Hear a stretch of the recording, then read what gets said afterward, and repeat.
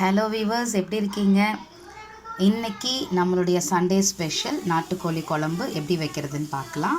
அதுக்கு நான் 1.5 கைப்பிடி அளவு சின்ன வெங்காயம் பொடியாக நறுக்கி எடுத்து வச்சுருக்கேன். தக்காளி எடுத்து வச்சுக்கிட்டேன். இந்த ஐட்டம்ஸ் எல்லாமே நம்ம மசாலாவுக்கு தேவையான பொருள். இது வந்துட்டு உங்கள் காரத்துக்கு ஏற்ற மாதிரி நீங்கள் காஞ்ச மிளகாய் எடுத்துக்கோங்க. நான் இன்றைக்கி ஒரு 15 எடுத்திருக்கேன். தேங்காய் ஒரு கைப்பிடி அளவு, முழு முந்திரியாக இருந்தால் ஒரு 10 முந்திரி, அப்படி இல்லைன்னா நீங்கள் ஒரு 15-20 கூட நீங்கள் எடுத்துக்கலாம், ஒன்றும் பிரச்சனை இல்லை. திக்னஸ் கொடுக்கும், டேஸ்ட் கொடுக்கும் முந்திரி. கொஞ்சம் கருவேப்பிலை, முழு கரம் மசாலா, மிளகு, சோம்பு, கொஞ்சம் பட்டை, கிராம்பு, ஏலக்காய் இதெல்லாம் எடுத்து வச்சுக்கிட்டேன். லிமிட்டடாகவே போட்டுக்கோங்க. ஏன்னா நான் இன்றைக்கி கறி பாயில் பண்ணும்போதே அதுலேயும் கொஞ்சம் பட்டை, கிராம்பு, ஏலக்காய் போட்டு கருவேப்பிலை போட்டு பாயில் பண்ணி வச்சுருக்கேன். ஏன்னா அப்போ தான் அந்த மசாலாவுடைய ஃப்ளேவர் அதில் இறங்கும். இப்போது நம்ம இந்த மசாலாவை நல்லா ஃப்ரை பண்ணிக்கலாம் வாங்க. அதுக்கு நான் இன்றைக்கி பியோர் கடலெண்ணெய் எடுத்திருக்கேன். உங்கள்கிட்ட இல்லைன்னா நாட்டுக்கோழி குழம்புக்கு நீங்கள் நல்லெண்ணெய் ஊற்றினா கூட டேஸ்ட்டு சூப்பராக இருக்கும். அப்படி இல்லைன்னா நீங்கள் ரிஃபைன் ஆயில் கூட யூஸ் பண்ணிக்கோங்க, அது ஒன்றும் பிரச்சனை இல்லை. இது கடலெண்ணெய்ங்கிறதுனால கொஞ்சம் பொங்கி வருது. நான் முந்திரி, முழு கரம் மசாலா எல்லாத்தையுமே நான் ஆட் பண்ணிட்டேன். இப்போது இது கொஞ்சம் நல்லா ஃப்ரை பண்ணிடலாம். ஃப்ரை பண்ணதுக்கப்புறமா காஞ்ச மிளகாய்க்கு அப்புறமா லாஸ்ட்டாக நம்ம தேங்காய் ஆட் பண்ணிக்கலாம். ஓகேவா? இது எல்லாமே நல்லா ஓரளவுக்கு கொஞ்சம் கலர் சேஞ்ச் ஆகிடுச்சு. ஸோ இந்த ஸ்டேஜில் நான் தேங்காய் ஆட் பண்ணிக்கிறேன். தேங்காய் நல்லா ரொம்ப தீர அளவுக்கு ஃப்ரை பண்ண வேண்டாம். கொஞ்சம் கலர் சேஞ்ச் ஆகிற வரைக்கும் ஃப்ரை பண்ணுங்கள். ப்ளஸ் இது கூடவே கொஞ்சம் கருவேப்பிலையும் ஆட் பண்ணிக்கோங்க. நீங்கள் சிக்கன் பாயில் பண்ணும்போது கூட கருவேப்பிலை போட்டிங்கன்னா அந்த ஃப்ளேவர் இன்னும் நல்லாவே சிக்கன் கூட இறங்கி இன்னும் ஸ்மெல்லு சூப்பராக இருக்கும், டேஸ்ட்டும் நல்லாயிருக்கும். இது வதங்கட்டும். இது வதங்கினதுக்கு அப்புறமா நீங்கள் நல்லா மிக்சியில் போட்டு நைஸாக அரைச்சி எடுத்துக்கோங்க. நான் இன்றைக்கி அம்மியில் அரைச்சி வைக்க போகிறேங்க.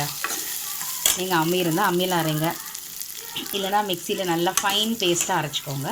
குறைன்னு அரைக்க வேண்டாம். இந்த நாட்டுக்கோழி குழம்பு இந்த மசாலா நீங்கள் ஆட் பண்ணுறீங்க இல்லையா? ஸோ இது சுட சுட இட்லிக்கு, சாதத்துக்கு எல்லாத்துக்குமே சூப்பராக இருக்குங்க. இது கொஞ்சம் வதங்கிட்டே இருக்கட்டும். நான் 1 kg சிக்கன் எடுத்திருக்கேன். 1 kg சிக்கனுக்கான அளவு நான் எடுத்திருக்கேன். இது உங்களுக்கு இந்த அளவு குறைக்கணும்னு நீங்கள் குறைச்சிக்கோங்க. இதை நல்லா நான் பாயில் பண்ணிக்கிட்டேன். 6 to 7 விசில்ஸ் வரைக்கும் விட்டுருக்கேன். இப்போ வாங்க குழம்பு தாளிச்சிடலாம். இதுக்கு நான் ஒரு பேன் எடுத்துக்கிட்டேன். அதில் கொஞ்சம் எண்ணெய் விட்டாச்சு. எண்ணெய் காஞ்சதும் கொஞ்சம் சோம்பு மட்டும் சோம்பு ஆட் பண்ணியாச்சு. சோம்பு பொரிஞ்சதும் வெங்காயம் ஆட் பண்ணிடலாம். கொஞ்சம் கருவேப்பிலை ஆட் பண்ணிக்கோங்க. இந்த குழம்பு தாளிக்கும் போது நான் பட்டை, கிராம்பு போடலை, ஏன்னா ஆல்ரெடி பாயில் பண்ணும்போதும் போட்டாச்சு. நம்ம மசாலா அரைக்கிறதுலேயும் நம்ம போட்டு தான் அரைக்கிறோம். ஸோ திரும்பவும் அதை ஆட் பண்ண வேண்டாம். ஸோ இதில் சோம்பு மட்டும் போட்டுக்கிட்டோம். வெங்காயம் ஆட் பண்ணிவிட்டேன். வெங்காயம் நல்லா வதங்கட்டும். எவ்வளோ உங்களால் பொடியாக நறுக்கிக்க முடியுமோ நறுக்கி வச்சுக்கோங்க. இதை நல்லா வதங்கினதுக்கு அப்புறமா தக்காளி ஆட் பண்ணுங்கள். கொஞ்சம் பச்சையாக இருக்கும்போதே நீங்கள் தக்காளியை சேர்த்துட்டிங்கன்னா வெங்காயத்துடைய அந்த இனிப்பு தன்மை வந்துடும். ஸோ நல்லா வதங்கட்டும். பாருங்கள், நல்லா வதங்கிடுச்சு வெங்காயம், தக்காளி. இந்த ஸ்டேஜில் நான் இஞ்சி பூண்டு பேஸ்ட் ஆட் பண்ணுறேன். உங்களுக்கு எவ்வளோ தேவையோ நீங்கள் அதுக்கேற்ற மாதிரி நீங்கள் ஆட் பண்ணிக்கோங்க. சிலருக்கு அதிகமாக சேர்த்தா பிடிக்கும், சிலருக்கு குறைவாக சேர்த்தா பிடிக்கும். ஸோ உங்கள் டேஸ்ட்டுக்கு ஏற்ற மாதிரி நீங்கள் ஆட் பண்ணிக்கோங்க. வேக வைக்கும்போது கொஞ்சம் இஞ்சி பூண்டு பேஸ்ட் போட்டு ஆட் பண்ணுங்கள். இப்போ இஞ்சி பூண்டு பேஸ்ட் நல்லா வதங்கினதுக்கப்புறமா அந்த பாயில் பண்ண கறியை அப்படியே நீங்கள் ஊற்றிட வேண்டாம். அதில் இருக்க அந்த பீஸஸை மட்டும் எடுத்து இதில் போட்டு நல்லா ஃபஸ்ட்டு ஆயிலில் ஃப்ரை பண்ணிவிடுங்க. நல்லா வதங்கினதுக்கப்புறமா அந்த தண்ணி, நம்ம அரைச்சி வச்சுருக்க அந்த மசாலா எல்லாத்தையுமே ஒன்றா போட்டு ஒரு 10 மினிட்ஸ் கொதிக்க விட்டு இறக்கிடுங்க. சூப்பரான குழம்பு ரெடி ஆகிடும். சப்போஸ் உங்களுக்கு ஜாஸ்தி எதுவும் பாருங்கள், ஃபஸ்ட்டு இந்த மாதிரி நல்லா ஆயிலில் வதக்கிட்டு ரிமைனிங் வாட்டரை நம்ம ஆட் பண்ணிக்கலாம். சப்போஸ் உங்களுக்கு உங்களுக்கு அது தண்ணி அதிகமாக இருக்குது அப்படின்னா இது கொஞ்சம் நீங்கள் வெங்காய தக்காளி வதக்குறீங்க இல்லைங்களா, அதை கொஞ்சம் எடுத்து வச்சுடுங்க.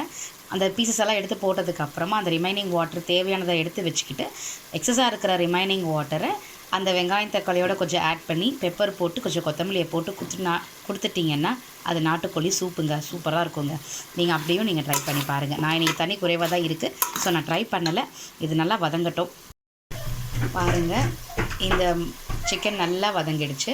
இப்போ நம்ம இந்த அரைச்சி வச்சுருக்கோம் பார்த்தீங்களா, இதை அப்படியே ஆட் பண்ணிடலாம். பாருங்கள், மசாலா, போட்டாச்சு, தண்ணி விட்டாச்சு, எல்லாமே ரெடி ஆகிடுச்சு. குழம்பு சூப்பராக சிம்மாக வச்சு நல்லா கொதிஞ்சிருச்சு. இந்த ஸ்டேஜில் கொத்தமல்லி கருவேப்பிலையை போட்டு இறக்கிட்டு நீங்கள் சுட சுட சாப்பாடு போட்டு கொடுங்க. சூப்பராக இருக்கும், எம்மியாக இருக்கும். டேஸ்ட் பண்ணி பாருங்கள்.